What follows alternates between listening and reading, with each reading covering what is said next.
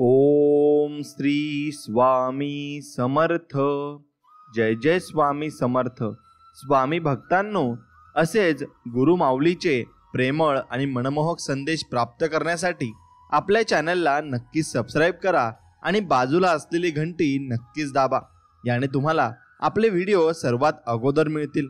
स्वामी भक्तांनो, आज तुमच्या कुटुंबावरील मोठे संकट टळणार आहे आणि तुमचे दुःख हे सुखात बदलणार आहे. फक्त त्यासाठी स्वामींवरची भक्ती आणि विश्वास तुम्हाला टिकून ठेवायचा आहे. हात जोडून या, स्वामींना प्रार्थना करायची आहे. हात जोडून या, आलो तुमच्या दारी, संकटांना स्वामी पाठवा माघारी. ओम श्रमस्व जन्मदाता, सार्थ करतू जन्म आता.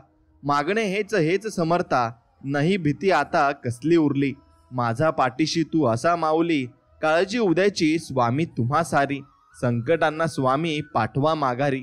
आणि स्वामी आपल्याला तिकडून म्हणतात, भिवू नकोस बाळा, मी तुझ्या पाठीशी आहे.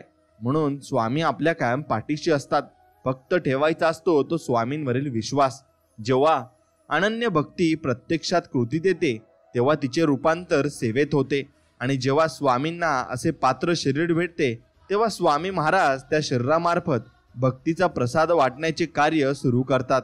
त्या शरीरामध्ये भक्ती, विश्वास, साहस, रचनात्मकता, कृतज्ञता आदी ईश्वरीय गुण चमकतात.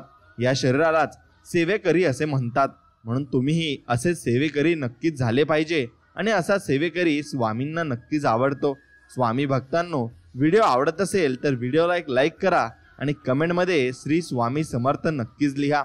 आपल्या आराध्य देवता आणि शक्तींवर आणि स्वामी समर्थांवर नेहमी निसंकोच भक्ती व विश्वास ठेवा. योग्य वेळी ती देवता आणि शक्ती इतकं देते की मागायला तुमच्याकडे काहीच उरत नाही. स्वामी भक्तांनो, आज आपण किती सहजपणे बोलून जातो की मी स्वामी भक्त आहे. खरं तर स्वामी भक्त होणे साधी सोपी गोष्ट नाही. ही पदवी नाही, हुद्दा नाही, तो एक मिळालेला जन्म आहे. पुनर्जन्म म्हणा हवे तर, ज्यात आपल्या पूर्वपुण्यामुळे स्वामींनी त्यांचे नाव घेण्याची, भक्ती करण्याची परवानगी आपल्याला बहाल केली आहे. ही संधी परत येणे नाही. तेव्हा या संधीचे सोने करण्यापेक्षा परीस करण्याचा आपल्या सर्वांकडून नम्रपणे नक्कीच प्रयत्न झाला पाहिजे आणि असा प्रयत्न प्रत्येकानेच केलाच पाहिजे. स्वामी भक्तांनो, जो ज्ञानी असतो ना तो समजून घेत असतो, जो अज्ञानी असतो त्याला समजावायला येतं. आणि पण जो स्वतःचाच शब्द खरा मानणारा असतो त्याला कोणीही समजावू शकत नाही. त्याला फक्त वेळच समजू शकते आणि वेळच त्याला बरोबर उत्तर देऊ शकते. म्हणून कोणत्या गोष्टीला आणि कोणत्या व्यक्तीला किती महत्त्व द्यायचं हे एकदा नीट समजलं की आयुष्यातला बराचसा ताण सहज आपला हलका होऊन जात असतो आणि आपल्याला दुसरा कोणताही ताण आयुष्यात उरत नाही. माणसाच्या आयुष्यात अडचणी कुठे आणि कशा येतील याची कल्पना नसते. त्रास करून घेतला तर आयुष्यात कशाचाही त्रास होतो आणि साजरा केला तर आयुष्याचा प्रत्येक क्षण खास होत असतो. म्हणून आयुष्याचा प्रत्येक क्षण हा खास रीतीने तुम्ही नक्कीच जगला पाहिजे. आधार असा द्यावा ना की जाणीवही होऊ नये आणि उणीवही राहू नये. म्हणून आपण प्रत्येकाला आधार देत राहिलं पाहिजे आणि जीवनात प्रत्येकाला आधार देऊनच आपण पुढे झालं पाहिजे. तरच आपण माणुसकीचं मोल जपू शकू. आणि संस्काराच्या तालमीत शिकलेले डाव माणसांना जीवनात कधीच हरू देत नाही आणि कधीच ते माणसांना मागे राहू देणार नाही. म्हणून हरवलेल्या वस्तूही सापडू शकतात, पण एकच गोष्ट अशी आहे की जी एकदा हातातून निसटली की कोणत्याही उपायानं पुन्हा मिळू शकत नाही आणि ती असते आपलं आयुष्य. म्हणूनच तुम्ही मनसोक्त जगलं पाहिजे आणि आनंदाने जीवन बहाल केलं पाहिजे आणि स्वामींची भक्ती मनापासून तुम्ही नक्कीच केली पाहिजे. आनंदाचे क्षण विकत घेण्याची गरज नसते, ते फुकट सुद्धा मिळू शकतात. फक्त हा आनंद शोधणाऱ्यांची नीती आणि वृत्ती आणि कृती साफ असली पाहिजे. ती साफ असली की मग परमेश्वर त्या व्यक्तीला काटाही टोचू देत नाही. परमेश्वर त्या व्यक्तीच्या प्रत्येक व सुखादुखात सहभागी असतो. आनंद देणाऱ्या माणसांना आशीर्वादाचं व्याज मिळत राहतं, मात्र दुसऱ्याला वेदना देणाऱ्यांना जन्मभर तळतळाचे हप्ते भरावे लागत असतात आणि तो तळतळात खूप मोठा लागतो. म्हणून कोणाच्याही बोलण्यावरून किंवा सांगण्यावरून माणसाची किंमत ठरवू नका. माणसं ओळखताना स्वतःचा अनुभव वापरा आणि स्वतःचा मेंदू वापरा. चांगली माणसे तुमच्याकडून कधीच दुरावणार नाहीत आणि तुम्ही माणसांची काळजी घ्यायला शिकलेत तर माणसे तुम्हाला कुठे सोडून जाणार नाहीत. म्हणून जिथे आपण ठेस लागून पडतो तेथूनच सुरुवात होते सांभाळून चालायची, मग ती पायाला असो किंवा मनाला असो. पायाची ठेच शरीर जपायला शिकवते, तर मनाची ठेच माणसं ओळखायला शिकवत असते. म्हणून मित्रांनो, मित्र खूप जोडा, पण जोडलेल्या मित्रांसोबत राजकारण खेळू नका. शिक्षण, डिग्री, पॅकेज यावरून माणूस कधीच श्रेष्ठ किंवा मोठा होत नसतो. कष्ट, अनुभव व माणुसकी हेच माणसाचं श्रेष्ठत्व असतं आणि शेवटपर्यंत तेच त्याला कामात येत असतं हे मात्र निश्चित. आणि फालतू लोकांच्या गोष्टी मनावर कधीच घ्यायच्या नाहीत. जे आपल्याला चिल्लर समजतात ते आधीच भंगाराच्या भावात विकले गेलेले असतात आणि त्यांना कोणी विचारत सुद्धा नाही. म्हणून मनातील माणसं आणि पायातील बूट जर इजा करत असतील तर समजून जा ते आपल्या मापाचे राहिले नाहीत आणि त्यांना बदलण्याची वेळ आपली नक्कीच आलेली आहे. म्हणून आपण त्यांना नक्कीच बदललं पाहिजे आणि वेळेनुसार, काळानुसार माणसं बदलत राहिली पाहिजे, तरच आपण जीवनामध्ये पुढे जात राहिलो आणि पुढे जात राहू सुद्धा. म्हणून धोका नेहमी बाहेरच्या लोकांकडून नाही, तर आपल्याच भरोसा केलेल्या लोकांकडून होत असतो. म्हणून आपल्या लोकांकडून कधीही सावधगिरीने राहा आणि सावधगिरी बाळगायला शिका. चुकांमागील कारण जाणून घ्या. बहुतेक चुका परिस्थितीने होतात, हेतूने कधीच होत नाही. आणि शरीराचे सगळे अवयव धडधाकड असून सुद्धा माणूस जेव्हा मनाने खचून जातो ना, तेव्हा जगातील कोणती सर्जरी त्याला बरं करू शकत नाही. त्याला फक्त 2 गोड शब्द आणि मायेचा आधार त्याला बरं करू शकतो. म्हणून अशा व्यक्तीला मायेचा आधार देणं खूप महत्त्वाचं आहे. आणि आयुष्यात असे लोक जोडा जे वेळ येईल तेव्हा तुमची सावली आणि वेळेला तुमचा आरसा बनतील. कारण आरसा कधीच खोटं बोलत नाही आणि सावली कधीच साथ सोडत नाही. आणि तुमची साथ कोणीच आयुष्यात सोडणार नाही जर तुम्ही चांगल्या मार्गाने प्रत्येकाला मदत करत जीवनात पुढे जात राहिलात.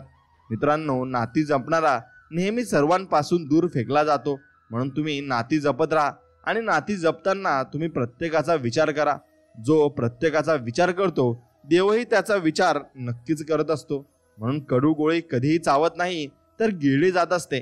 तसेच जीवनात अपमान, अपयश, धोका यांसारख्या कटू गोष्टी सगळ्या गिळाव्यात. त्याला चावत चघळत बसू नये. त्याला जेवढे चावत बसाल, आठवत राहाल तर जीवन आणखी कष्टमय होऊन जाईल आणि तुम्हाला जीवनामध्ये भरपूर कष्टही सहन करावे लागतील. म्हणून कोणाचं सुख पाहून ते आपल्या वाट्याला का नाही म्हणून असमाधानी राहण्यापेक्षा कोणाचं दुःख पाहून ते आपल्या वाट्याला नाही हे पाहून समाधानी राहणं म्हणजे सुखी जीवन आहे. आणि हे सुखी जीवन आपल्याला वाट्याला येईलच. फक्त आपण आपली नीतिमत्ता चांगली ठेवली पाहिजे आणि चांगल्या मार्गाने आपण आपल्या कामाला लागलं पाहिजे. कोणत्या गोष्टीला आणि कोणत्या व्यक्तीला किती महत्त्व द्यायचं हे एकदा नीट समजलं की आयुष्यातला बराचसा ताण सहज हलका करता येतो. आणि तो ताण आपोआप हलका होऊन जातो जेव्हा ती व्यक्ती आपल्याला समजून घेत असते आणि आपल्याला त्या व्यक्तीने नक्कीच साथ दिली पाहिजे. फुंकर मारून दिवा विझू शकतो पण अगरबत्ती विझू शकत नाही. कारण ज्याचे कर्तृत्व दरवळत असते त्याला कोणीही विझू शकत नाही किंवा झाकू शकत नाही. म्हणून मित्रांनो, तुमचंही कर्तव्य असंच आहे की प्रत्येक ठिकाणी गेल्यावर तुम्ही प्रत्येक ठिकाणी दरवळले पाहिजे. जीवनात स्वतःला आलेल्या अपयशाला कधीच दुसऱ्याला कारणीभूत समजू नका. कारण दिवा विझायला नेहमी हवाच कारणीभूत नसते. कधी कधी दिव्यातही तेल कमी असते म्हणून ते हलत असते आणि तो दिवा विझत असतो. म्हणून आपल्यात देखील काय कमी आहे हे आपण नक्कीच चाचपलं पाहिजे आणि शोधलं पाहिजे. माणसाचा स्वभाव हा नेहमी प्रामाणिक असावा. कारण की ओळख जरी नावाने होत असली ना तरी आठवण ही स्वभावानेच होते आणि स्वभावानेच आपण त्या व्यक्तीला ओळखत सुद्धा असतो. म्हणून ज्या व्यक्तीशी बुद्धी कोणत्याही परिस्थितीत विचलित होत नाही, स्थिर राहते, ज्या व्यक्तीला त्याच्या सर्व इंद्रियांवर प्रभुत्व आहे, सुख, दुःख, लोभ, माया, मोह, क्रोध, संतोष, ममत्व, भय या गोष्टींचा त्याच्या इच्छेशिवाय त्याच्यावर कोणीही प्रभाव पाडू शकत नाही. शुभ आणि अशुभ या गोष्टी त्याच्यासाठी महत्त्वाच्या ठरत नाहीत. प्रसन्नमुख अशी अपेक्षारहित, अहंकाररहित आणि निस्पृह व्यक्ती म्हणजे स्थितप्रज्ञ व्यक्ती असते आणि ती व्यक्ती जीवनामध्ये खूप पुढे जाणार असते आणि त्याला देवही साथ देणारच असतो. म्हणून पैसा आणि राहणीमानावर तुमचा मोठेपणा ठरत नाही. खरा मोठेपणा तर तुमच्या आचार आणि विचारावर अवलंबून असतो आणि ते आचार विचार तुमचे कसे आहेत त्यावर भरपूर गोष्टी या अवलंबून असतात.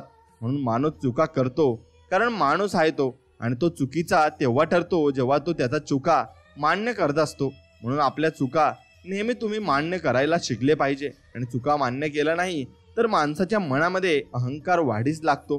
कटू आहे पण सत्य आहे.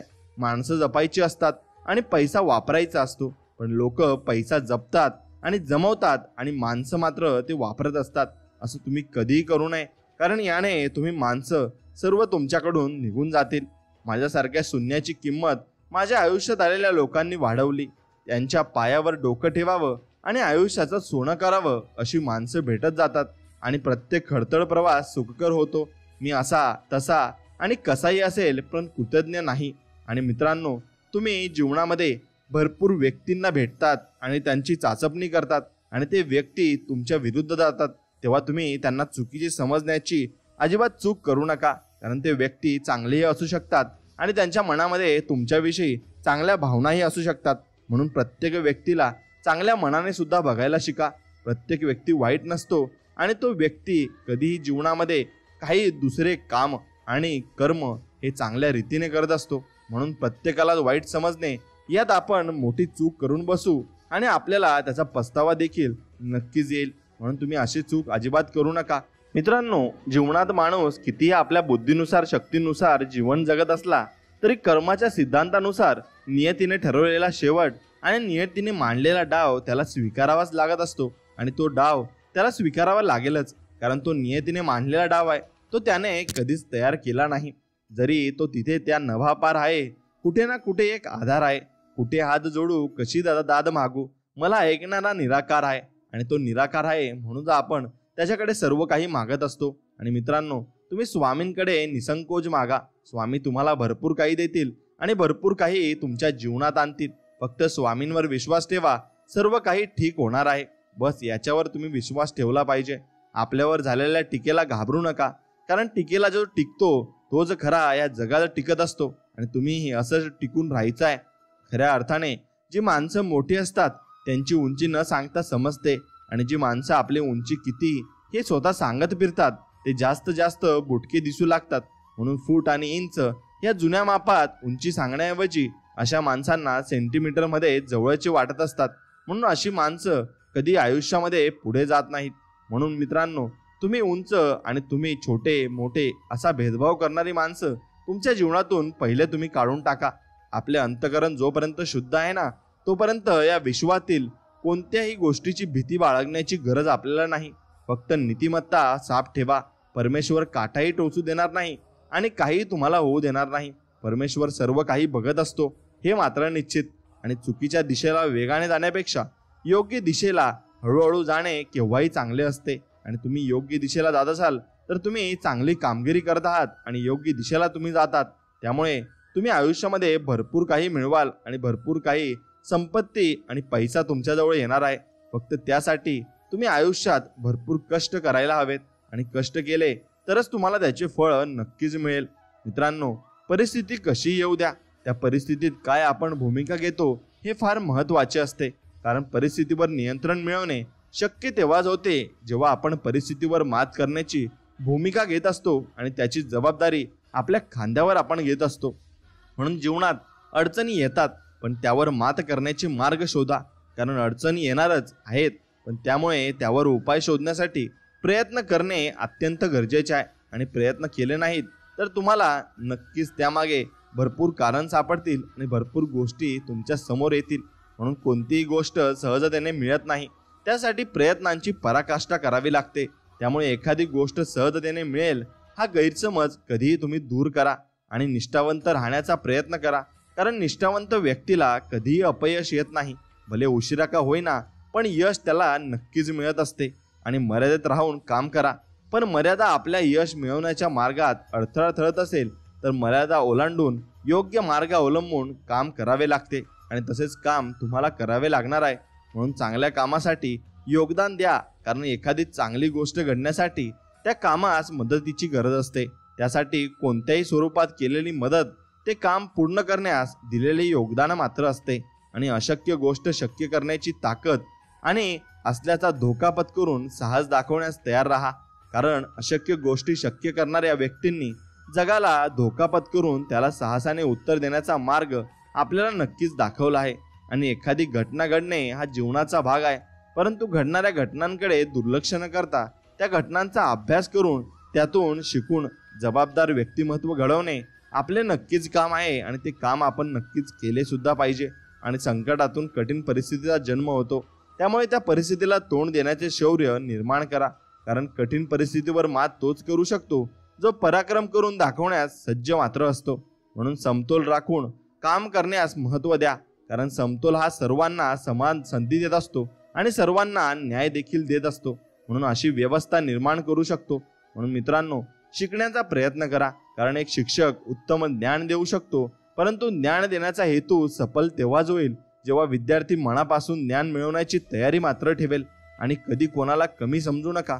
कारण भल्या मोठ्या अशा झाडाला सुद्धा स्वतःची वाढ करण्यासाठी आपल्या लहान अशा मुळांची मदत नक्कीच घ्यावी लागत असते. आणि स्वावलंबी बना. कारण दुसऱ्यावर अवलंबून राहण्याची सवय स्वबळावर एखादी गोष्ट करण्यास प्रोत्साहन कधीच देणार नाही. आणि तुम्हाला स्वबळावर उभे राहायचे आहे एवढे फक्त तुम्ही लक्षात ठेवा.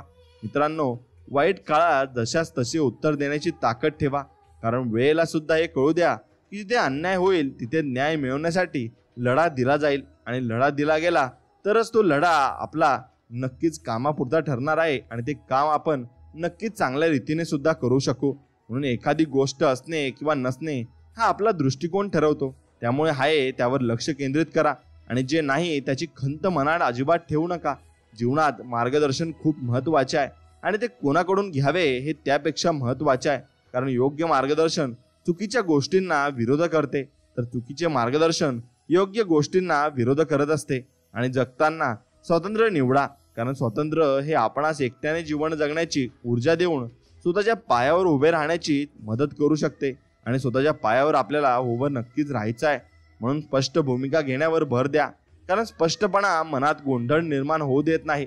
तसेच आपले मत किंवा विचार प्रभावीपणे मांडण्यास आपला विचार आणि आपलं मत हे नक्कीच आपल्याला मदत करत असतात. म्हणून तो निर्णय तुम्ही घ्यायला शिका आणि आपल्या कामात पारदर्शकता आणण्यासाठी प्रयत्नशील राहा. कारण सदोष पद्धत कोणतीही काम यशस्वी करत नाही आणि त्यावर कोणीही विश्वास देखील ठेवत नाही हे मात्र निश्चित. म्हणून समोर येणाऱ्या संकटांचा सामना करण्याचे साहस निर्माण करायचे असल्यास समुद्रातील जहाज पहा. कारण विशाल अशा समुद्रात उलटणारे जहाज साहसाचे एक उत्तम उदाहरण आहे. आणि त्यातून आपल्याला भरपूर मोठा साहस नक्कीच मिळू शकतो. आणि जीवनात शांतता आपणास योग्य वाटते, परंतु जेव्हा गरज असेल तेव्हा आपली ताकद दाखवून देणे गरजेचे असते. कारण मर्यादेपेक्षा जास्त शांतता हे दुर्बलतेचे लक्षण आहे आणि ते लक्षण आपल्यात असायलाच नको आणि तसे लक्षण आपण बाळगूही नाही. म्हणून मित्रांनो, एक गोष्ट लक्षात ठेवा. आव्हानांचा जीवनात स्वीकार करा. त्यांना टाळण्याचा प्रयत्न करू नका. कारण एखाद्या खेळाडूला देखील प्रतिस्पर्धी खेळाडूचे आव्हान स्वीकारून त्यावर विजय मिळवावा लागतो. त्याशिवाय त्याला पुढच्या फेरीत प्रवेश अजिबात करता येत नाही. म्हणून जिथे आपली बाजू योग्य असेल ना, त्या ठिकाणी संपूर्ण जग तुमच्या विरोधात असले तरी माघार घेऊ नका. कारण आपले हक्क मिळवण्याचा आणि त्यांचे संरक्षण करण्याचा अधिकार सर्वांना दिला आहे आणि देवाने सर्वांनाच ती बाब दिली आहे. म्हणून त्याच्यावर तुम्ही भरोसा ठेवायला शिका. आणि मित्रांनो, पुढील रस्ता दिसणे जेव्हा बंद होईल ना, तेव्हा तिथपर्यंत रस्ता दिसत असेल तिथपर्यंत वाटचाल करा. कारण पुढे गेल्यानंतर पुढचा रस्ता दिसू शकतो. त्यामुळे काहीच न करण्यापेक्षा प्रयत्न करणे उत्तम असते. आणि जीवनात पर्याय निर्माण करा. कारण सर्वजण एका क्षेत्रात यशस्वी होऊ शकत नाही. त्यामुळे एका मर्यादेनंतर तुमच्यातील क्षमता आणि आवड ओळखून त्यानुसार तुम्ही कार्यक्षेत्र निवडलं पाहिजे. त्या कार्यामध्ये तुम्ही पुढे गेले पाहिजे. आणि कामामध्ये गुणवत्ता निर्माण करा. कारण गुणवत्तापूर्ण कामाचे बक्षीस यश आहे. आणि त्यामुळे प्रत्येक काम चांगल्या पद्धतीने करण्याकडे आपण लक्ष दिले पाहिजे. आणि जीवनातून नेहमी देण्याची भावना ठेवावी. मग ते ज्ञान असेल किंवा संकटात असणाऱ्याला दिलेला मदतीचा हात असेल. कारण देण्याची तयारी ठेवण्याच्या मागे परमेश्वरही उभा राहत असतो आणि परमेश्वरही आपल्याला तेवढीच मदत करत असतो. म्हणून अन्याय सहन करणे कधी मान्य करू नका. कारण न्याय मिळवण्यासाठी लढणारा कधी हरला नाही आणि अन्याय करणारा कधीच विजयी झालेला नाही हे मात्र निश्चित. आणि तो विजयी होऊ शकत नाही. म्हणून स्वाभिमान जपायला शिका. तसेच स्वाभिमान दुखावला गेला तर स्वतःच्या मेहनतीने काम करून उत्तर द्या. कारण स्वाभिमानाबाबत कोणतीही तडजोड इथे नाही आणि मित्रांनो, ती होऊ शकत नाही. म्हणून समोर येणाऱ्या अडचणी आणि संकटे अशा यांचा विचार करून वळण द्या आणि पुढे वाटचाल करत राहा. कारण वळण घेणे म्हणजे त्या संकटावर आणि अडचणींवर मात करण्याचा एक मार्ग आहे आणि तो मार्ग आपण अवलंबला पाहिजे. तो मार्ग जेव्हा आपण अवलंबू तेव्हाच आपण जीवनामध्ये भरपूर काही मिळवू शकू. आणि प्रश्नांची उत्तरे मिळवण्याचा प्रयत्न करा, कारण ज्ञान आणि अनुभवाच्या जोरावर आपण शक्य होऊ शकते. फक्त त्या पद्धतीने विचार करणे आवश्यक आहे आणि त्या पद्धतीने तुम्ही विचार करू शकता. म्हणून मित्रांनो, एक गोष्ट लक्षात घ्या, एखादे साम्राज्य निर्माण होण्यामागील संघर्षमय प्रवासाचा अभ्यास करून त्याची यशोगाथा नक्की वाचा, कारण यातून जी ऊर्जा आणि प्रेरणा मिळेल ती खूप मौल्यवान असेल आणि ते जीवनभरासाठी तुम्हाला उपयोगी नक्कीच पडणार आहे. आणि वेळेतचे काम पूर्ण करण्यास महत्त्व द्या, कारण काही गोष्टी ह्या वेळेतच पूर्ण होणे गरजेचे असते. वेळ निघून गेल्यावर त्याचा काही उपयोग होत नाही आणि त्याचा उपयोग झाल्यावर ते उपयोग आपल्या नक्कीच मनातही येत नाही. म्हणून नवीन गोष्टी शिकायला वेळ द्या, कारण यातून आपण शिकू शकतो आणि आपल्या मनामध्ये उत्साह निर्माण होऊन आळस आपल्याला कधीच येणार नाही. म्हणून तुम्ही फक्त नव्या गोष्टी शिकण्याकडे भर द्या आणि जेवढ्या जास्त नव्या गोष्टी तुम्ही शिकाल तेवढी जास्त तुम्ही या पृथ्वी तलावर भरपूर गोष्टी या आपल्या आत्मसात करत राहाल आणि एखाद्या कामात प्रावीण्य मिळवण्याचा प्रयत्न करा, कारण प्रत्येक क्षेत्रात त्या कामात परिपूर्ण असलेल्या व्यक्तींना प्राधान्य दिले जाते. म्हणून तुम्हालाही प्राधान्य नक्कीच दिलं जाईल. म्हणून त्यासाठी तुम्ही प्रयत्न करणे आवश्यक आहे. जेवढे जास्त तुम्ही प्रयत्न कराल तेवढे जास्त तुम्हाला पुढे घेऊन जातील आणि लोक फक्त प्रयत्नांना सलाम करतात. म्हणून तुमचे प्रयत्न किती मोठे आहेत याला देखील तितकेच महत्त्व आहे. म्हणून मर्यादित साधनांचा वापर करून जीवन जगण्यास तयार राहा, कारण त्यातून त्याग करण्याची सवय लागून मर्यादित साधनांचा योग्य वापर करण्याची क्षमता विकसित होत असते. आणि आपण जर पराक्रमी महान अशा व्यक्तींचा इतिहासाचा अभ्यास केला असता असे दिसून येते की त्यांचे कार्य अद्वितीय आहे आणि त्यामुळे स्वतःची ताकद लक्षात घेऊन काम करा, कारण महान असे व्यक्तिमत्व स्वबळावर लढणारे निर्माण करू शकतात आणि असे स्वबळावर लढणारे भरपूर काही त्यांची मानसिकता मोठी असते. म्हणून ज्या क्षेत्रात काम करतात ना, तर ते असे करा की त्या क्षेत्रातील दिग्गजानेही तुमच्या कामाचे कौतुक केले पाहिजे आणि तुमचं काम खूप चांगलं आहे असं नक्कीच त्याने म्हटलं पाहिजे. म्हणून जेव्हा कोणताही मार्ग दिसत नसेल, निराश झाला असाल, तेव्हा उठा, जागे व्हा आणि कामाला लागा. यानुसार जगा की तुमच्या जीवनाला संजीवनी नक्कीच मिळेल आणि तुमचं जीवन उज्ज्वल होऊन जाईल. म्हणून विजय मिळवण्यासाठी मैदानात घट्ट पाय रोवून उभे राहण्याचे धाडस दाखवा, कारण अशक्य वाटणारे विजय खेचून आणण्याचे काम धाडस करत असते. ध्येय गाठताना थकाल तेव्हा न थांबता प्रयत्न करण्यास महत्त्व द्या. त्यासाठी ससा आणि कासवाची गोष्ट लक्षात घ्या, कारण कासव ही शर्यत त्याच्या न थांबता केलेल्या प्रयत्नामुळे जिंकले होते आणि म्हणून त्याचे न सांगितलेले आणि न थांबलेले प्रयत्न तुम्ही करायचे आहेत आणि जीवनामध्ये असे प्रयत्न कराल तर भरपूर पुढेही जाल. म्हणून आपल्या सभोवतालची परिस्थिती ही आपणास एक चांगली व्यक्ती म्हणून घडविण्यास महत्त्वाची असते. ज्याप्रमाणे जमिनीत पीक येण्यासाठी ती जमीन सुपीक असण्याची परिस्थिती गरजेची असते, त्याप्रमाणे हे गरजेचे असते. म्हणून अपयश पदरी आल्यानंतर स्वतःवर विश्वास ठेवून पुन्हा नव्याने जीवनाची सुरुवात करण्याचा प्रयत्न करा, कारण अशा काळातच खूप व्यक्ती खचून जाऊन प्रयत्न करत नाही आणि ते प्रयत्न पूर्णपणे सोडून देतात. म्हणजे व्यक्तीला काही सुचत नाही आणि म्हणून काय करावे हे त्याला नक्कीच सुचते.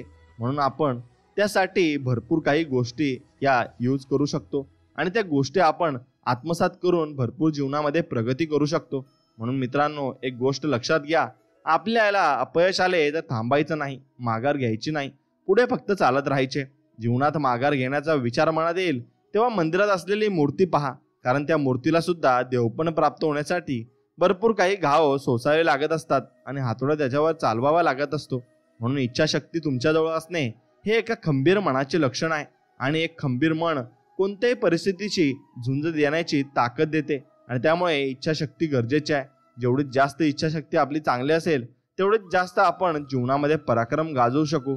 आणि ज्ञान मिळवण्याचा सर्वोत्तम मार्ग पुस्तकांची मैत्री करा आणि त्याचा फायदा म्हणजे पुस्तके आपल्याला कमी वयात अमूल्य ज्ञान देऊन जातात आणि येणाऱ्या आव्हानांचा सामना करण्यासाठी ते आपल्याला तयार करत असतात. म्हणून आपण पुस्तके नक्कीच वाचली पाहिजे, त्यातून भरपूर काही आपल्याला शिकायला मिळत असतं.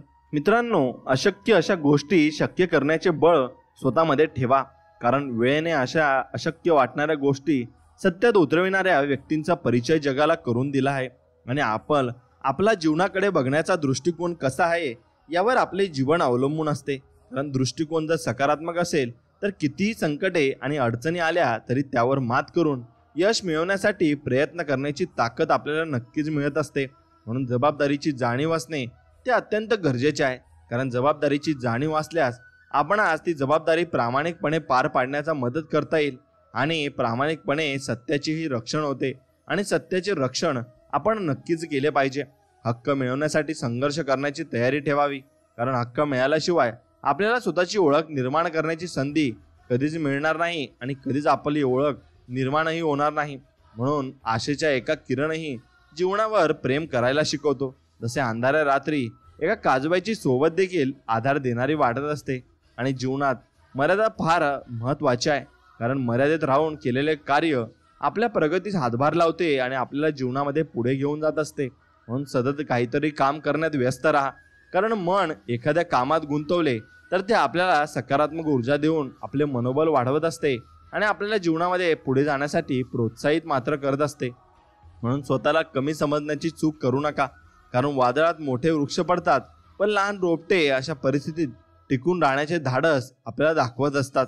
आणि ज्ञान आणि भरपूर गोष्टी अनुभव आपल्या जीवनात खूप मोलाची भूमिका पार पाडतात, कारण ज्ञान हे व्यक्तिमत्व घडवते, तर अनुभव हा परिस्थिती कशी हाताळायची आणि कशा परिस्थितीला काय काम करायचं हे शिकवत असते. म्हणून मित्रांनो, जीवनात संघर्ष अटळ आहे, त्यामुळे संघर्षाच्या काळात न थांबता खचून न जाता नक्कीच मेहनत करून अशा काळावर मात करायची अशी शक्ती स्वतःमध्ये आपण विकसित केली पाहिजे. आणि महान अशी ओळख तेव्हाच निर्माण होते जेव्हा आपण आपल्या कर्तव्याशी एकनिष्ठ राहून आपले काम करतो, कारण आपले कर्तव्य पूर्ण करण्याचा प्रयत्नच आपणास महान बनवत असतो आणि महान बनवून तो आपल्याला जीवनामध्ये पुढे सरसावत असतो, हे मात्र निश्चित.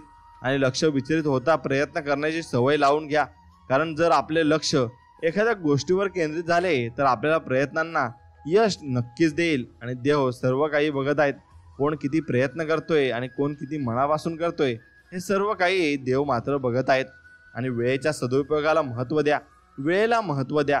वेळ निघून चालली आहे, कारण जो व्यक्ती वेळ वाया न घालवता वेळेचे योग्य नियोजन करून काम करतो तो त्याचे ध्येय साध्य करू शकतो आणि त्याचे ध्येय साध्य केल्यावर तो जीवनामध्ये भरपूर प्रगती करू शकतो.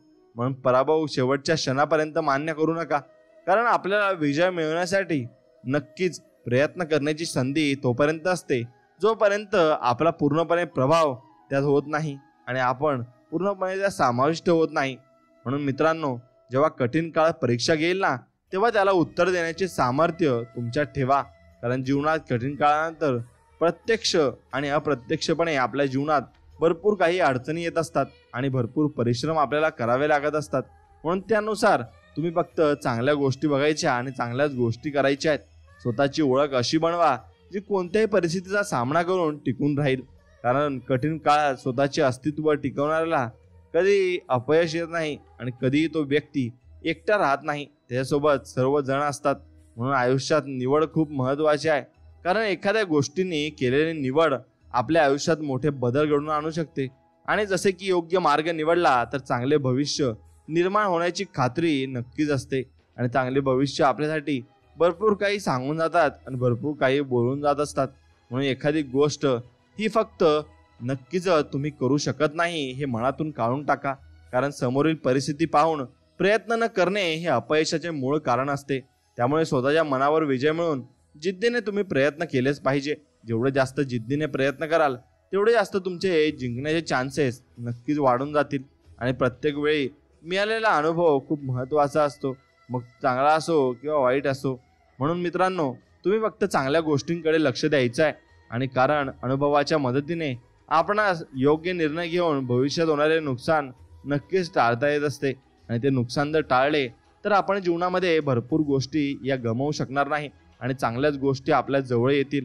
म्हणून स्वतःच्या स्वाभिमानाबाबत कोणती तडजोड न करता आपले काम करा, कारण स्वाभिमान बाळगला तर आपले स्वतःचे अस्तित्व निर्माण करता येते, एवढे मात्र निश्चित आहे. म्हणून आपण ते निर्माण केलेच पाहिजे आणि कठीण अशा परिस्थितीवर मात करून विजय मिळवता येतो, कारण मेहनत करणाऱ्याला यश मिळवण्यासाठी नशीबसुद्धा साध्यच असतं आणि नशीब त्याच्या बाजूने असतं. म्हणून माघार घेणे कधी मान्य करू नका, आणि कारण आपल्या जे मिळवायचे आहे ते आपण तेव्हाच मिळवू शकतो जेव्हा आपण माघार न घेता प्रयत्न पूर्णपणे करत असतो. आणि प्रयत्न असे करत राहिले तर मग आपण जीवनामध्ये लवकर पुढे जाऊ शकतो. म्हणून मित्रांनो, आपण आपल्या जीवनात आणि जीवनशैलीत 2 गोष्टी ॲड करायच्या आहे, तो म्हणजे संयम आणि राग आला की त्याला शांत करायचा आहे. या 2 गोष्टी करून बघा, तुम्हाला नक्कीच अनुभव येईल. जीवनात कोणत्याही गोष्टीची सुरुवात करण्यासाठी आपल्यामध्ये आत्मविश्वास असणे गरजेचे असते, कारण कोणतेही काम यशस्वी होण्यासाठी त्या कामाची सुरुवात करण्याचा विश्वास सतत मध्ये निर्माण करणे आवश्यक असते. आणि तो विश्वास नक्कीच तुम्ही आनंदित केला तर तुम्हाला भरपूर काही गोष्टी जीवनामध्ये विश्वासावर जिंकता येतील. आणि फक्त विश्वास तुम्हाला भरपूर काही गोष्टी सांगून देखील जाईल. म्हणून विश्वास ठेवा आणि प्रत्येकावर विश्वास ठेवा, सर्व काही ठीक होणार आहे. आणि स्वामींचे वचन तुम्हाला मनापासून आवडले असतील तर व्हिडिओला एक लाईक करा आणि कमेंटमध्ये श्री स्वामी समर्थ, जय जय स्वामी समर्थ असं नक्कीच लिहा. मित्रांनो, आयुष्यात प्रत्येक ध्येय गाठता येतच असं नाही, पण ते जगण्यासाठी जिवंतपणा नक्की देते. शास्त्रीय किंवा वैज्ञानिक विचार क्षणभर बाजूला ठेवून आपण लहानपणी शिकलेली ध्रुव बाळाची गोष्ट आठवा. आपल्याला लक्षात येईल की अढळपण मिळवण्याचं ध्येय गाठण्यासाठी ध्रुव बाळानं जी तपश्चर्या केली होती तिचा भंग करू शकतील अशा अनेक घटना त्याच्या भोवती घडल्या, पण तो विचलित झाला नाही. या उलट विश्वामित्र मुनी ह्या एका अप्सरेच्या नृत्यानं आपल्या ध्येयापासून विचलित झाले आणि पूर्वपदी आले. ध्रुव बाळाच्या सावत्र आईनं त्याला वडिलांच्या मांडीवर बसवण्यापासून रोखलं आणि त्यानं अढळ पदाचं ध्येय निश्चित केलं. अशा आधाराच्या परदेशातल्या काही घटना अशीच वास्तव आहेत. आणि एका छोट्याशा हॉटेलात वेटर म्हणून काम करणारा हेनरी ग्राहकांना आवडत असे आणि त्याच्या हसतमुख चेहऱ्यामुळे आणि गरीब असूनही टापटीप राहण्याच्या आवडीमुळे एक दिवस त्याच्या हातून चहाचा कप फुटला. म्हणून त्यानं मालकाचा हातचा मार खाल्ला आणि मालकानं त्याला बाहेरच्या ग्राहकांना चहा नेऊन देण्याचं काम दिलं. हेनरी आतून बेचैन होता. आसपासच्या दुकानांमध्ये चहा देता देता त्याची एक फोटो स्टुडिओच्या मालकाशी ओळख झाली, त्यामुळे त्याला तिथे नोकरी मिळाली. फोटोग्राफीच्या व्यवसायाचा नीट अभ्यास करत त्यानं स्टुडिओसाठी लागणाऱ्या छोट्या वस्तूंची विक्री करण्याचा व्यवसाय सुरू केला आणि त्यात मिळालेल्या यशामुळे आपण खूप मोठा उद्योगपती व्हावं असं ध्येय त्यानं बाळगलं. पुढे कित्येक वर्ष अजिबात विचलित न होता एकेका उद्योगात हात घालत हेनरी केसर अमेरिकेतला एक धनाढ्य उद्योगपती झाला आणि त्यांची गोष्ट इंटरनेटवर जरूर तुम्ही वाचली पाहिजे. आपल्या ध्येयापासून विचलित होणाऱ्या माणसाला अडथळे दिसतात, एवढं लक्षात घ्या. म्हणून आपल्या ध्येयापासून तुम्ही कधीही विचलित होऊ नका आणि कधीही मागे फिरू नका. तुमचं ध्येय तुम्हाला नक्कीच मिळणार आहे आणि त्यासाठी तुम्ही प्रामाणिकपणे प्रयत्न करायलाच हवे. आणि ते प्रयत्नच तुम्हाला जीवनामध्ये यशस्वी बनवत असतात आणि जीवनामध्ये पुढे घेऊन जात असतात. म्हणून स्वतः फोर्डची गाडी रस्त्यात बंद पडली तेव्हा हेनरी फोर्ड रागारागात बाहेर उतरले आणि गाडीला जोरदार लाथ मारून पायी चालू लागले. शेजारच्याच गॅरेजमध्ये मदतनीस म्हणून काम करणाऱ्या एका 14 वर्षाच्या मुलानं ते पाहिलं आणि हेनरी फोर्डच्या समोर जाऊन त्यानं थांबवत तो म्हणाला, मला माहिती आहे तुमची गाडी का बंद पडली आहे. या गाडीतला दोष मला ठाऊक आहे. आपण 2 मिनिटं थांबलात तर मी ते दुरुस्त करून देतो. मग तो माणूस तिथे बसला आणि मग आपण ज्या माणसाची बोलतोय तो स्वतः त्या गाडीचा निर्माता हेनरी फोर्ड आहे असं त्या मुलाला ठाऊक नव्हतं. हेनरी फोर्डलाही त्या मुलाची गंमत वाटली. फोर्डने होकार दिल्यानंतर त्या मुलाचं गाडीचं बोनट उघडलं आणि 2 मिनिटात गाडी सुरू करून दिली. या गाडीचे बॅटरी कनेक्टर्स खराब आहेत असं त्या मुलानं सांगितल्यावर फोर्ड चकित झाला. फोर्डने त्या मुलाला $100 नोट पुढे केल्यावर तो मुलगा म्हणाला, माझ्याजवळ सुट्टे पैसे नाहीत, मला फक्त सुट्टा $1 द्या. हे पाहून हेनरी फोर्डने त्या मुलाला गाडीत बसवलं आणि थेट फोर्ड मोटरच्या कारखान्यात घेऊन गेला. तिथे त्या मुलाला नोकरी दिली आणि डोळ्यात स्वप्न घेऊन आणि उराशी ध्येय बाळगून प्रगती करत पुढे तो मुलगा फोर्ड कंपनीचा चेअरमॅन झाला. त्याचं नाव ली आया कोका होतं. म्हणून हवेत बंगले बांधण्याचे स्वप्न पाहणाऱ्यांना त्याच्या खाली पाया रचावा लागतो एवढं माहीत पाहिजे आणि तो पाया आपल्याला रचावा लागणार आहे. म्हणून ही उदाहरणं अशी मध्येच का आली, कारण ध्येय आणि ध्येय गाठणे याविषयी चर्चा करताना आपण थोडे कंटाळलो होतो. कंटाळा हा ध्येयाचा शत्रू आहे आणि तो घालवायचा तर आपलं ध्येय गाठण्यासाठी कोणी कशी तपश्चर्या केली, कोणी किती यशस्वी झालं याची माहिती मिळाली तर आपल्याला हुरूप येतो. आणि तुम्ही हे पुस्तक वाचता वाचता आणि हे विचार ऐकता ऐकता स्वतःच्या ध्येयाबद्दल वेगवेगळे विचार करावेत आणि वाचून पूर्ण होताच आणि ऐकून पूर्ण होताच स्वतःचं ध्येय निश्चित करायला सिद्ध व्हावं. एवढंच ध्येय मी हे तुम्हाला सांगताना ठेवलं आहे. ध्येय या विषयात प्रचंड संशोधन केलेलं आणि जगप्रसिद्ध ध्येयगुरू रॉबर्ट चेन एका ठिकाणी म्हणतात, ध्येय लिहून ठेवा. आपलं ध्येय लिहून ठेवणारे लोक ध्येय गाठण्यात अधिक यशस्वी होतात असं रॉबर्ट चेन यांनी आकडेवारी स्पष्ट करते. आणि हे काम अजिबात अवघड किंवा कंटाळवाणं नाही, हे प्रथम लक्षात घ्या. रॉबर्ट चेन ध्येय लिहिण्याच्या ज्या पायऱ्या सांगतात त्या अशा आहेत आणि त्या तुम्ही पूर्णपणे समजून घेतल्या पाहिजे. येत्या एका वर्षात आपल्याला जे काही साध्य करायचं असेल अशी एकच सर्वात महत्त्वाची गोष्ट एका कागदावर लिहा. मात्र लिहिण्यापूर्वी असा विचार करा की मला हेच का साध्य करायचे आहे, माझ्या सुखी आनंदी समृद्ध भविष्याची याचा काय संबंध आहे, हे ध्येय एका वर्षात गाठल्यामुळे काय होणार आहे आणि असे ध्येय ठरवल्यामुळे माझे एक वर्ष वाया जाणार नाही ना. मग रॉबर्ट चेन असं म्हणत आहे की माझ्या शेजारच्या सत्यानाश व्हावा किंवा माझा प्रतिस्पर्धी भिकारी व्हावा किंवा माझा अपमान करणाऱ्या व्यक्तीला शिक्षा व्हावी, अशा प्रकारचं ध्येय बाळगणं म्हणजे स्वतःच्या प्रगतीचा प्रयत्नांचा वेळ वाया घालवणं. या ध्येयानं मला काय मिळेल या प्रश्नाचं उत्तर केवळ समाधान असं असून चालणार नाही. अशा समाधानानं पोट भरत नाही की बंगला बांधून होत नाही. रॉबर्ट चेन पुढे म्हणतो की हे ध्येय नेमकं असेल असं पहा.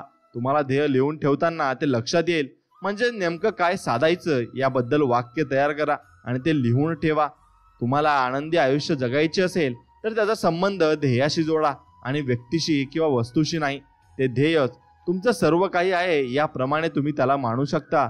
मग तुम्ही ते ध्येय नक्कीच मिळवाल आणि त्याच्यामध्ये पुढेही जाल. उदाहरणार्थ, मला या वर्षात उत्तम शरीर कमवायचं आहे असं वाक्य एकदा तुम्ही लिहिलं की मला प्रतिस्पर्धी नसावा, माझ्या गल्लीत माझी दादागिरी व्हावी, मुलींनी माझ्या प्रतिस्पर्ध्याला सोडून माझ्याकडे आकर्षित व्हावं, अशा गोष्टी नाहीशा होतील. ताबडतोब जिम किंवा व्यायामशाळेत जायला सुरुवात करणं हा मार्ग नेमकं ध्येय लिहिल्यानंतर समोर येतो. आणि त्या पुढचा टप्पा म्हणजे मोजमापाचा. आपण ठरवलेले ध्येय गाठलं आहे याचं मोजमाप आपण कसं करणार ते ठरवून आजच लिहून ठेवलं पाहिजे. म्हणजे वरच्यावर उदाहरणाप्रमाणे उत्तम शरीरयष्टी प्राप्त झाली किंवा नाही हे एका वर्षानं समजण्यासाठी आजचं वजन, छाती, दंडाचा घेर, शोल्डर याची मोजमाप लिहून मला याच्यात किमान 10% वाढ हवी आहे असं ध्येय लिहून ठेवणं महत्त्वाचं आहे. आणि ते ध्येय लिहून ठेवलं तरच ते तुम्ही ध्येय मिळवू शकता. मित्रांनो, अभिनेत्री होण्याचे स्वप्न हे प्रत्यक्ष अभिनेत्री होण्यापेक्षा रोमांचकारी असतं आणि ते ध्येय ठरवलं तरच ते ध्येय आपल्याला मिळवू शकतं. त्यानंतरचा टप्पा म्हणजे कारण आपण मला हे ध्येय गाठायचं आहे याचं कारण आपल्याला आजच लिहून ठेवता आलं पाहिजे. स्पर्धा परीक्षेच्या ध्येयाचं कारण नोकरी मिळवणं हे असतं. शरीरयष्टी कमावण्याचं कारण समोरच्यावर छाप पाडणं हे असू शकतं. बँकांचा कर्ज देण्याच्या पद्धतीचा अभ्यास भविष्यातल्या वास्तविक यशासाठी असू शकतो. थोडक्यात ध्येयाचं कारण लिहून ठेवता आलं पाहिजे.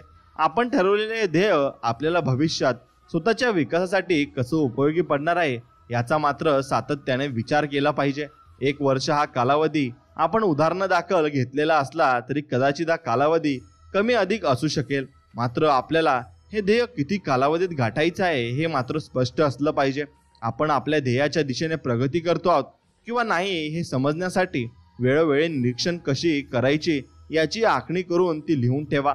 उदाहरणार्थ, बँकेच्या स्पर्धा परीक्षांच्या पूर्वीच्या 24 प्रश्नपत्रिका एका वर्षात पूर्ण सोडवता आल्या पाहिजेत असं ध्येय असेल तर दर महिन्याला 2 झाल्या किंवा नाही याची नोंद घेता यावी असं वेळापत्रक आजच दाखल झालं पाहिजे. दर 3 महिन्याला छाती 1.5 सेंटीमीटर वाढली पाहिजे असं शरीरयष्टी कमावण्याचं ध्येय बाळगणारा युवक लिहून ठेवेल आणि त्याला ते ध्येय मिळवण्याचं आणि साध्य करण्याचं त्याच्या मनामध्ये जिद्द निर्माण होईल आणि मग तो ते ध्येय नक्की साध्य करू शकेल. फक्त त्यासाठी त्याच्या मनात ती जिद्द आणि ती आकांक्षा असली पाहिजे. ती जिद्द असली की तो व्यक्ती जीवनामध्ये काहीही मिळवू शकतो आणि कोणत्याही थळावर जाऊ शकतो. फक्त त्यासाठी त्याच्या मनामध्ये जो विश्वास असतो तो विश्वास निर्माण होणं महत्त्वाचं आहे. आणि तो विश्वास एकदा त्याच्या मनामध्ये निर्माण झाला की त्याला सर्व काही प्राप्त होऊ शकते आणि सर्व काही गोष्टी त्याला मिळू शकतात. फक्त तो विश्वास प्राप्त होणं आणि तो विश्वास मिळवणं त्याच्या हातात असतं. शेवटी प्रतिज्ञा स्वतःलाच आश्वासन असतं. इथे एक गोष्टीची लक्षात घ्या. स्वामी विवेकानंद म्हणतात, आपली स्वतःची स्वतःजवळ जेवढी किंमत असते त्यापेक्षा जास्त बाहेर समाजात असत नाही. आपण स्वतःच्या आश्वासनांची स्वतःच्या प्रामाणिक राहणार असू तर जगातही आपल्या आश्वासनांना किंमत असेल. स्वतःची फसवणूक केली तर जग तुम्हाला फसवण्याशिवाय राहणार नाही. तेव्हा आम्ही ठरवलेलं ध्येयच गाठेनच हे स्वतःनेच स्वतःला दाखवायचं आणि द्यावयाचं आश्वासन होय, त्यात फसवणूक नको. म्हणून कित्येक प्रवासाचा शेवट सुखद असतो. त्यासाठी प्रवास करावाच लागतो. ध्येय गाठण्याचा प्रवास असावाच लागतो आणि तो असतोच. म्हणून हे सगळं असंच केलं तर रॉबर्ट चेन म्हणतो, तुम्ही स्वतःचं स्मार्ट ध्येय ठरवायला सक्षम झालात. एका वर्षाचा ध्येय हा पहिला टप्पा ध्येय ठरवण्याची प्रॅक्टिस म्हणा हवं तर. पण एकदा का स्वतःचा ध्येय निश्चितता सराव झाला की तुमच्या प्रगतीला कोणीही रोखू शकणार नाही आणि तुमची प्रगती ही नक्कीच होईल आणि पूर्णपणे होईल. त्या प्रगतीला कोणीही मागे सरसावू शकणार नाही. म्हणून तुम्ही तुमच्या स्वतःचे मालक आहात आणि तुम्हाला सर्व काही करायचं आहे आणि सर्व काही मिळवायचं आहे. त्यासाठी तुम्हाला लढायला लागेल आणि तुम्हाला त्यासाठी अजिबात माघार घ्यायची नाही. एवढं फक्त तुम्ही मनामध्ये निश्चय केला तर सर्व काही या जीवनामध्ये शक्य होणार आहे. फक्त माघार घेऊ नये. आणि ज्या व्यक्तीने माघार घेतली तो व्यक्ती जीवनामध्ये सर्व काही सोडून काहीच करत नाही आणि फक्त त्याला काहीच दिसत नाही. त्याला फक्त आपण काय करतो आहोत आणि आपण काय करायला हवं हेच दिसलं पाहिजे आणि त्याला फक्त आपल्यासाठी काय चूक आहे आणि काय बरोबर आहे याच गोष्टीचा त्याला लाभलोभ झाला पाहिजे. नक्कीच तो जीवनामध्ये पुढे जाईल आणि नक्कीच त्याला भरपूर काही गोष्टी या समजतील. मग त्या गोष्टी समजण्यासाठी पहिले त्याला सर्व गोष्टींचा सराव करावा लागेल आणि त्या सरावासाठी आणि त्या प्रयत्नासाठी त्याला फक्त स्वामींवर विश्वास ठेवावा लागेल. आणि कोणत्याही गोष्टीवर तो विश्वास ठेवू शकतो, फक्त त्याला तो विश्वास कायम शेवटपर्यंत टिकून ठेवावा लागेल. जेवढा जास्त विश्वास शेवटपर्यंत टिकून राहील तेवढी जास्त श्रद्धा वाढत जाईल आणि विश्वास आणि श्रद्धा वाढत गेली की ध्येय आपोआप आपल्याला गाठता येतं. मित्रांनो, ध्येय परिणामकारक योजना आहेत. स्वतःचं ध्येय, त्याचे विविध टप्पे, उद्दिष्ट, कालावधी आणि मोजमापाचं लिखाण कागदावर केल्यानंतर तुमच्या लक्षात आलं असेल की स्मार्टर ध्येय आखणं आणि ते मिळवण्याची धडपड करणं हे सहज साध्य सोपं काम नाही. तुमच्या हेही लक्षात आलं असेल की लाखातून 100-150 लोकच यशस्वी होतात. बाकीच्या आपल्या पराभूत आयुष्याला खोट्या समाधानाचे आरसे लावून त्यात आपल्या पराभवाची कारणं शोधत आणि जगाला सांगत जगतात. हे कशामुळे? एकदा दारुड्या रस्त्यानं जाताना स्वतःचा तोल सावरत आपणही कसे लक्षाधीश झाला असतो पण नशिबानं कशी साथ दिली नाही हे सांगत फिरत असेल तर ऐकणारे त्याची टिंगल करतात. आपल्या अपयशाचं खापर याच्या त्याच्या फोडणाऱ्या लोकांच्या आयुष्यात फारशा चांगल्या भविष्याची अपेक्षा नसते. मी किती ग्रेट असं सांगत फिरणाऱ्या माणसाला लोक वेडा म्हणतात. तुला लोकांनी ग्रेट म्हटलं पाहिजे हे त्याला समजत नाही. पण ती पुष्कळ नंतरची पराभूत आयुष्याच्या उत्तरार्धातील बाब आहे आणि ध्येयाची परिणामकारक योजना आखण्याचे एक तंत्र आहे. ते आपण आता पाहू. पहिली पायरी असं आहे की अंतर जाणण्याची. आपल्या ध्येयापासून आपण किती अंतरावर आहोत याची जाण असणं आवश्यक आहे. आपण जर आज कुठे आहोत किंवा आणि आपल्याला कुठे पोहोचायचं आहे हे समर्थपणे समजून घेणं आवश्यक आहे. अत्यंत लुकड्या मुलानं पहिलवान होण्याचं ध्येय बाळगलं गैर अजिबात नाही, पण आज अजिबात लुकडे आहेत या वास्तवाचं भान असणं आवश्यक आहे. म्हणजे आजच वास्तव ध्येय गाठल्यानंतरची परिस्थिती यातल्या अंतराचं ज्ञान आपल्याला असलं पाहिजे. इथे आपल्याला एक उदाहरण घेता येईल. महाराष्ट्राचे दिवंगत मुख्यमंत्री विलासराव देशमुख यांनी आपल्या तरुण वयात असं ध्येय बाळगलं होतं की मला या राज्याचं नेतृत्व करण्याची संधी मिळाली पाहिजे. मात्र राजकीय क्षेत्रात कोणतंच स्थान नसलेला तरुण वय आणि राज्याचं नेतृत्व करण्या एवढी क्षमता या दोन्हीत प्रचंड अंतर आहे आणि ते त्यांना समजलंही पाहिजे. म्हणून ते महाविद्यालयीन काळातच उत्तम वक्तृत्वाचा सराव आणि स्थानिक नेतृत्वापासून त्यांनी सुरुवात केली. सरपंचासारख्या पदांच्या निवडणुका लढून प्रत्यक्ष अनुभव गोळा केला. काँग्रेस पक्षाच्या वतीनं नेतृत्व करण्याचे ज्या संधी मिळतील त्या सगळ्या घेत विविध छोट्या मोठ्या निवडणुका लढवत अखेर आमदारकी मिळवली आणि त्यानंतर राज्याच्या नेतृत्वासाठी आवश्यक असलेले पाठिंब्याचं संख्याबळ मिळून पक्षाच्या नेतृत्वासमोर स्वतःचं कौशल्य सिद्ध केलं. त्यानंतर ते मुख्यमंत्री झाले. म्हणून हा सारा प्रवास अनेक वर्षाचा होता. परंतु राज्याचं नेतृत्व करण्याचं ध्येय बाळगलं तेव्हाच त्याचा या अंतराची जाणीव होती आणि त्यामुळेच त्यांचे सगळे प्रयत्न अत्यंत योग्य दिशेने होत गेले. खरं तर राज्य किंवा राष्ट्रीय पातळीवर नेतृत्व करण्याच्या बहुसंख्य नेत्यांचा ध्येय सिद्धीमागे हीच कथा आहे आणि हीच कथा प्रत्येक व्यक्तीमागे असू शकते आणि प्रत्येक व्यक्ती याच पद्धतीने वर जात असतो आणि त्याला ध्येय मिळतही असते आणि ते ध्येय गाठण्यासाठी तो प्रयत्नही प्रामाणिकपणे करत असतो. फक्त काहींना ध्येय पूर्ण मिळत नाही आणि काहींना ते अपूर्ण राहून जातात. त्यामुळे लोक नाराज होत असतात. अजिबात नाराज होण्याची गरज नाही. दुसरी पायरी म्हणजे योग्य मार्ग निवडण्याची. एकदा उद्दिष्ट किंवा ध्येय गाठायचे अनेक मार्ग असू शकतात. आपल्याला आपलं ध्येय गाठण्यासाठी योग्य मार्ग कोणता हे ठरवता आलं पाहिजे. आपलं ध्येय लिहून ठेवतानाच हा विचार करायला हवा. मार्ग निवडताना त्यातले धोके आणि नंतर ध्येय प्राप्ती झाल्यावर आपण जे मिळवलं आणि ते खूप काळ हे टिकलं पाहिजे याचाही विचार वेळीच केला पाहिजे. म्हणजे श्रीमंत होण्याचं ध्येय बाळगणाऱ्यांना माणसानं बँक किंवा सपारशीची पेढी लुटण्याचा मार्ग निवडणं केवळ धोक्याचंच नव्हे तर भविष्यात कायमचा अंधार निर्माण करणारा असेल. म्हणून परीक्षेत उत्तीर्ण होण्यासाठी अभ्यास न करता कॉपी करण्याचाच मार्ग निवडला तर त्यात अनेक धोके संभवतात. कॉपी करून पास होण्याचं ज्ञान मिळत नसतं, स्वतःच्या ज्ञानाची खरी परीक्षा होत असते. त्यामुळे कागदावर पास झाल्यानं आयुष्याच्या अवघड परीक्षा पास होता येत नसतात. म्हणून याचं भान मार्ग ठरवताना असायला हवं. शिवाय कॉफी करताना पकडले गेले की डिबार किंवा रस्टिकेट केले गेले तर याचा ध्येयाचा पार बोजवारा वाजेल हेही समजलं पाहिजे. आणि हेही आपल्याला भविष्यात याची चिंता केली पाहिजे. तरच आपण आयुष्यात यशस्वी होऊ शकू आणि जीवनामध्ये पुढे जाऊ शकू. म्हणून ध्येय गाठण्यात पराभव झालेल्या लोकांची उदाहरणे आपल्याला मोठे करत नाहीत. ध्येय गाठण्यात यशस्वी झालेल्या लोकांची उदाहरणे आपल्याला मोठे केल्याशिवाय राहत नाही. म्हणून आजचे आपण आणि आपल्याला गाठायचं ध्येय या दोन बिंदूंचा नकाशा कागदावर काढला आणि नंतर या नकाशावरून प्रवास करताना कोणकोणते थांबे गाठायचे ते ठरवलं की ध्येय गाठता येतं. राजकीय नेतृत्व मिळवताही येते आणि ते नेते असोत किंवा एक छोट्याशा हॉटेलपासून जगभर हॉटेलाचे जाळे विणणारे विठ्ठल कामात असोत, आपलं ध्येय गाठण्याचा मार्ग त्यांनी योग्य पद्धतीनं आखला म्हणूनच ते यशस्वी झाले. म्हणून पुढची पायरी दैनंदिन पडताळणीची असते. आपण आखलेल्या मार्गावरून आपण मार्गक्रमण करत आहोत का आणि आपल्या ध्येयाच्या जवळ जाण्याचे आपले प्रयत्न यशस्वी होत आहेत का. आणि आज आपल्याला आपल्या ध्येयाच्या दिशेने जाताना कोणकोणते अडथळे आले, आपण विचार केला होता तसं प्रत्यक्षात न घडता काही वेगळाच अनुभव येतोय का आणि काही नवीन संकट उभी राहिली आहेत का. अशा अनेक बाबींची पडताळणी रोजच्या रोज करणं हा यशस्वीपणे ध्येयापर्यंत पोहोचण्याचा मार्ग आहे. आपण जेव्हा आजचा आढावा घेतो तेव्हाच यापूर्वी उद्भवलेल्या वरच्या सगळ्या अडचणींपैकी कितीवर आपण मात केली याचाही अभ्यास होतो. आणि आपली दिशा चुकत असेल तर योग्य दिशेने जाणं, अडथळे आले तर त्यावर पर्याय शोधणं, कालच्या अनुभवावरून उद्याची संकट टाळणं आणि आपलं ध्येय गाठण्याच्या दिशेने वेगानं आगेकूच करणं शक्य व्हावं यासाठी दैनंदिन पडताळणी करणे आवश्यक आहे.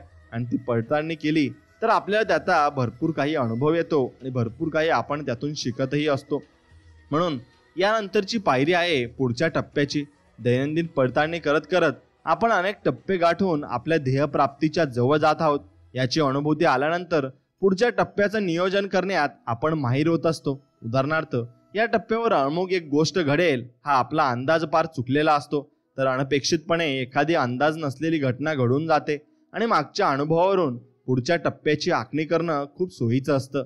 नगरसेवक पदाच्या निवडणुकीसाठी आपल्या परिसरातल्या नागरिकांबद्दल पूर्ण विश्वास असलेला माणूस निवडणुकीत साप झोपतो तेव्हा त्याला पुढची आखणी करताना त्याला फार उपयोग होतो. ध्येय गाठण्याचा आणि शास्त्रशुद्ध विचार न करणारा माणूस निवडणुकीतल्या अशा अनुभवाने हतबल होतो किंवा नाद सोडून देतो. तर हुशार माणूस या अनुभवाचं आपल्या अभ्यासात रूपांतर करून पुढच्या वेळी वेगळी व्यूहरचना करण्यात ठरवतो. आणि पुढचा टप्पा ठरवताना माणूस हुशार होण्यामागे त्याच्या मागच्या टप्प्यातले अनुभव असतात.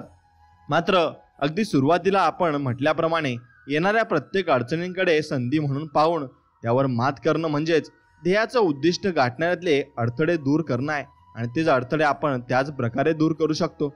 म्हणून पराभव ही सुधारणा करण्याची संधी असते. त्याच्याकडे एक गुरु म्हणून पहा. लक्षात असू द्या, तुमच्या ध्येयापर्यंत पोहोचण्यातल्या मार्गातले अडथळे तुम्हालाच दूर करायचे असतात आणि अन्य कोणी ते दूर करेल याची वाट पाहत बसणं चुकीचं असतं. अडथळे दूर होण्यासाठी काही चमत्कार घडतील, योगायोग घडतील यावर विश्वास न ठेवता आपण स्वतः हुशारीनं ते दूर करून पुढचा टप्पा आखायचा आणि गाठायचा असतो.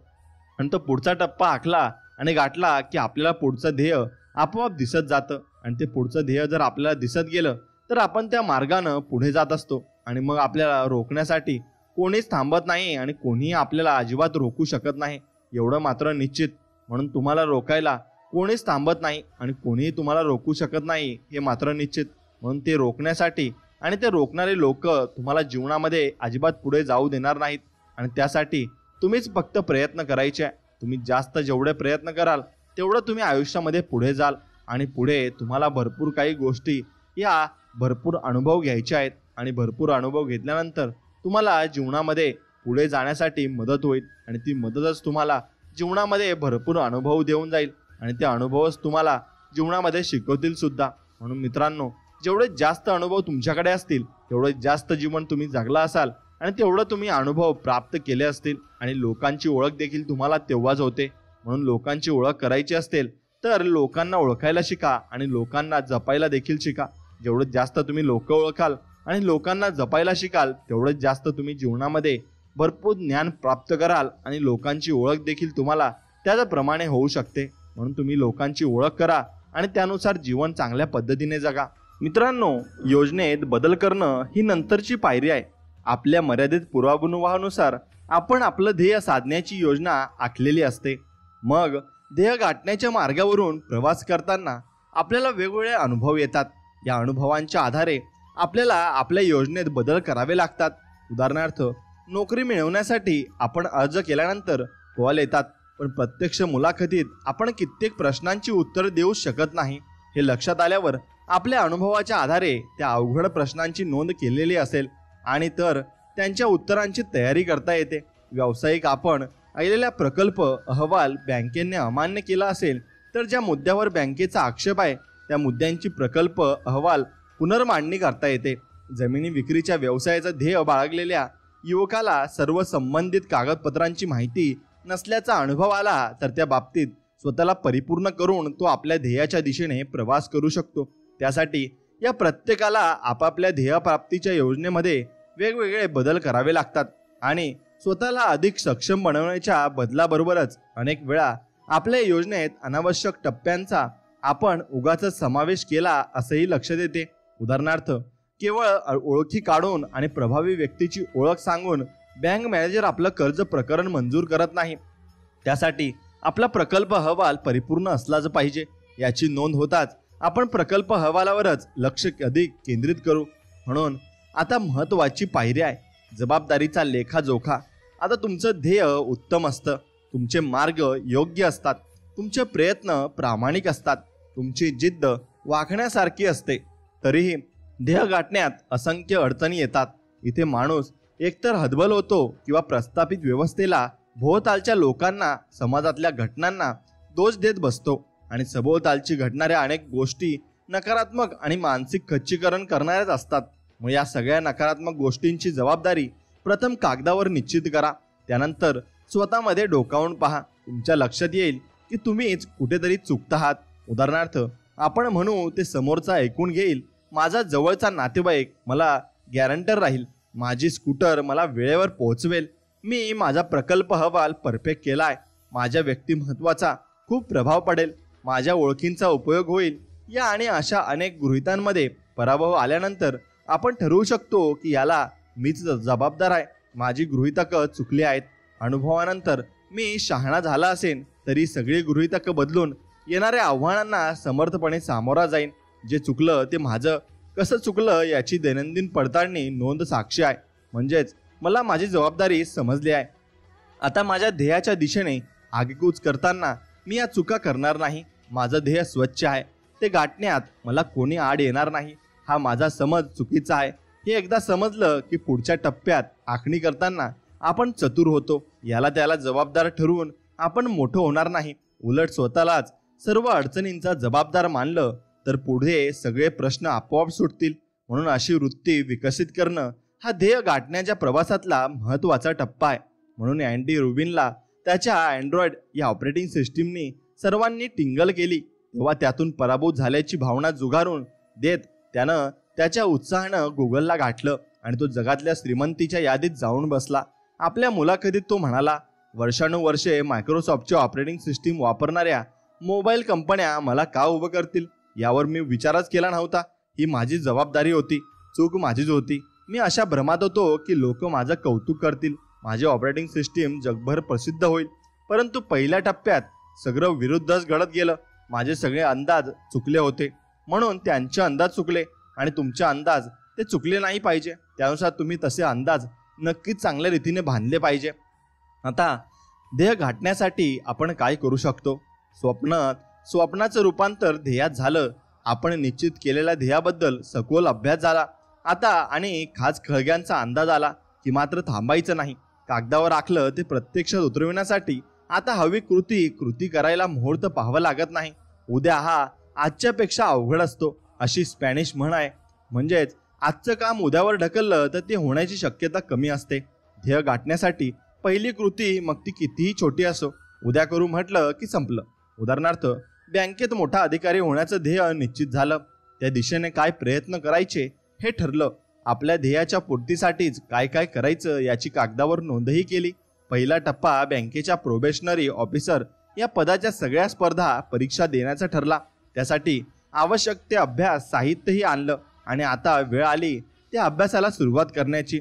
इथे तत्क्षणी अभ्यासाला सुरुवात करणं अपेक्षित आहे, कारण काहीही असो उद्यापासून सुरुवात करू म्हटलं की त्यातली पावर गेली आणि लगेच कृती करणं हे ध्येय गाठण्यासाठी आपण किती उत्सुक आहोत हे दर्शवते. माझ्या ध्येयाच्या दिशेनं प्रयत्न करायला मला वेळच मिळत नाही असं म्हणणं म्हणजे ध्येयाची आखणी करण्यात चूक झालेली असणं. प्रत्येकाला खूप कामं असतात. अनपेक्षितपणे अनेक ठिकाणी गुंतावं लागतं. खूप वेळ वाया जातो. कित्येकांना तर दिवसभराच्या असंख्य कामांमध्ये वेळच मिळत नाही वगैरे वगैरे. खरं असतं, पण याचा विचार ध्येय निश्चित करताना करायचा असतो. आपण आपलं ध्येय कसं गाठणार याबद्दल आखणी करतानाच आपण त्यासाठी कसा वेळ देणार आहोत याचं वेळापत्रक करायचं असतं आणि त्या वेळापत्रकाप्रमाणे वागायचं असतं.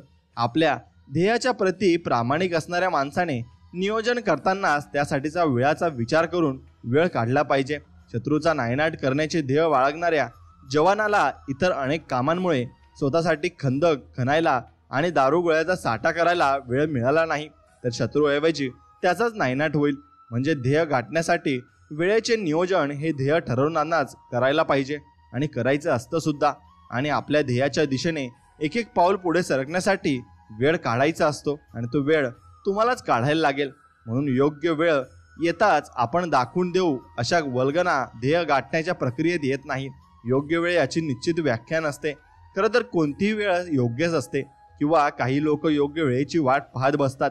त्यामुळे आज आत्ता या क्षणी हीच योग्य वेळ असते. ध्येयाच्या दिशेने प्रयत्न करणे हे पुढे पुढे ढकलता येत नाही. म्हणून जास्तीत जास्त अडथळ्यांना पार करण्याचा सराव म्हणजे जिंकण्याचा सराव असतो आणि तरच आपण जीवनामध्ये जिंकूही शकतो. म्हणून मित्रांनो, योग्य वेळी योग्य कृती करणे या सुविचाराचा अर्थ असा आहे की आता कोणती कृती करण्यासाठी योग्य वेळ आहे याचा विचार करणे. आळशी लोक आधी कृती काय करायची याचा अंधुकसा विचार करून योग्य वेळेची वाट पाहतात आणि पराभव पत्करताना सुविचाराला दोष देत योग्य वेळ आलीच नाही असं समर्थन करतात. वेळ हा फार मौलिक शब्द आहे. एकदा गेल्यावर पुन्हा येत नाही. ती वेळ प्रत्येक क्षण ही योग्य वेळच असते. फक्त कशासाठी याचा विचार करण्याची क्षमता हवी. सफरचंद पडताना क्षण सर आयझॅक न्यूटन यांच्या ध्येयप्राप्तीचा क्षण होता. गुरुत्वाकर्षणाच्या शोधाचा क्षण होता. प्रथम काय करावं हे न उमजणं ही आणखी एक अडचण असते. आधी काय करावं ते समजत नाही अशी अनेकांची तक्रार असते. ध्येय ठरवल्यानंतर ते गाठण्यासाठी सुरुवात कुठून करावी याबद्दल संग्रह असणं म्हणजे आपण ठरवलेलं ध्येय नक्की गाठण्यासाठी आपण केलेल्या गृहपाठात कमतरता असणं होय. मला महाराष्ट्राचा मुख्यमंत्री व्हायचे आहे असं ध्येय ठरवण्याला विलासराव देशमुखांनी पहिलीच निवडणूक आमदाराची लढली नाही, कारण आपल्या मनातले ध्येय गाठण्याच्या प्रवासातले सगळे टप्पे त्यांना पूर्ण माहिती होते. कुठून सुरुवात करावी हे ध्येय आखताना ठरलेलं असतं. आधी काय करावं नंतर एका पाठोपाठ काय करावं हे ध्येय निश्चितीच्या टप्प्याचं येत असतं. म्हणून आपलं ध्येय गाठण्यासाठी प्रथम काय करावं असा प्रश्न पडणाऱ्या माणसानं सापशिडीसारखं पुन्हा पहिल्या घरात जावं आणि ध्येय गाठण्याच्या टप्प्याचा अभ्यास नेहमीच त्यांनी केला पाहिजे. आणि आपण आपल्या प्रयत्नांचा प्राधान्यक्रम आखून त्यानुसार प्रयत्नांची लगेच सुरुवात करणं हे ध्येय नक्की गाठण्याचं लक्षण आहे आणि असंच ध्येय आपण गाठूही शकतो. म्हणून अचानक निरस वाटणं हे ध्येय गाठण्याच्या प्रक्रियेतला आणखी एक टप्पा अनेकांच्या वाट्याला येतो.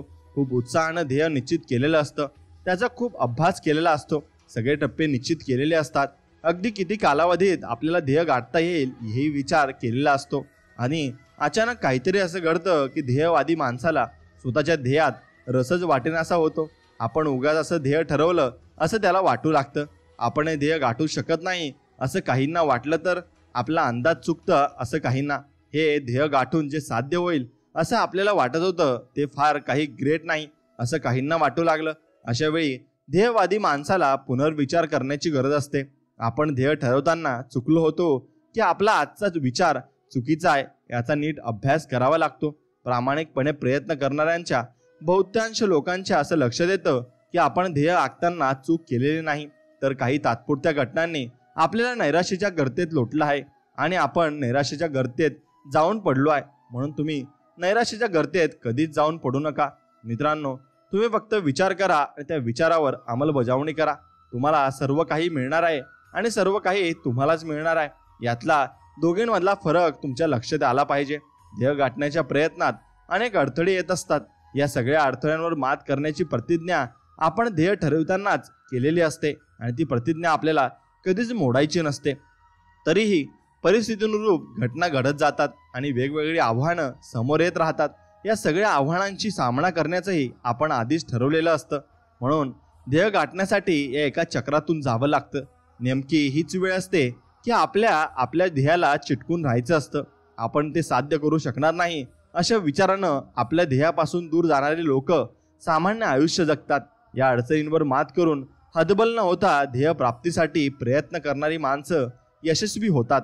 आणि सुखी समृद्धी आनंदी आयुष्याचं मिळवायचं असेल ना, तर एका टप्प्यावरून जावंच लागतं, असा यशस्वी माणसांचा सल्ला आहे. म्हणे प्रत्येक स्वप्नाळू माणूस विजेता होतोच असे नाही, पण प्रत्येक विजेता हा स्वप्नाळू असतोच. म्हणून स्वप्नाळू तुम्हाला व्हायलाच लागेल. आणि ते स्वप्नाळू तुम्ही झाले नाही तर मग तुम्हाला यश कसे मिळणार? आणि तुम्हाला यश मिळण्यावर फक्त तुमचे स्वप्न अवलंबून असतात. म्हणून तुम्हाला स्वप्न हे बघावेच लागतील, तरच तुमची स्वप्न पूर्ण होणार आहेत. आणि त्या स्वप्नांना साकार करण्यासाठी स्वामी तुमची मदत करणार आहेत. फक्त स्वामी तुमच्या पाठीमागे उभे असतात. फक्त विश्वास असतो तो फक्त स्वामींवर विश्वास ठेवण्याचा. आणि तो विश्वास जर तुम्ही पूर्णपणे ठेवला आणि स्वामींना सर्व काही मानले, तर तुमचे सर्व कामे अगदी चोखपणे पार पडतील आणि तुम्हाला कोणत्याही गोष्टीत अजिबात अडचण येणार नाही, कारण स्वतः स्वामी तुमच्या पाठीमागे उभे आहेत. म्हणून मित्रांनो, हा संदेश तुम्हाला मनापासून आवडला असेल तर नक्कीच आपल्या व्हिडिओला एक लाईक करा. कमेंटमध्ये श्री स्वामी समर्थ नक्कीच लिहा आणि आपल्या चॅनलला सबस्क्राईब करून बेल आयकॉन नक्कीच दाबा. चला तर मग भेटूया नवीन एक व्हिडिओमध्ये. तोपर्यंत जय श्रीराम, श्री स्वामी समर्थ, जय जय स्वामी समर्थ. धन्यवाद.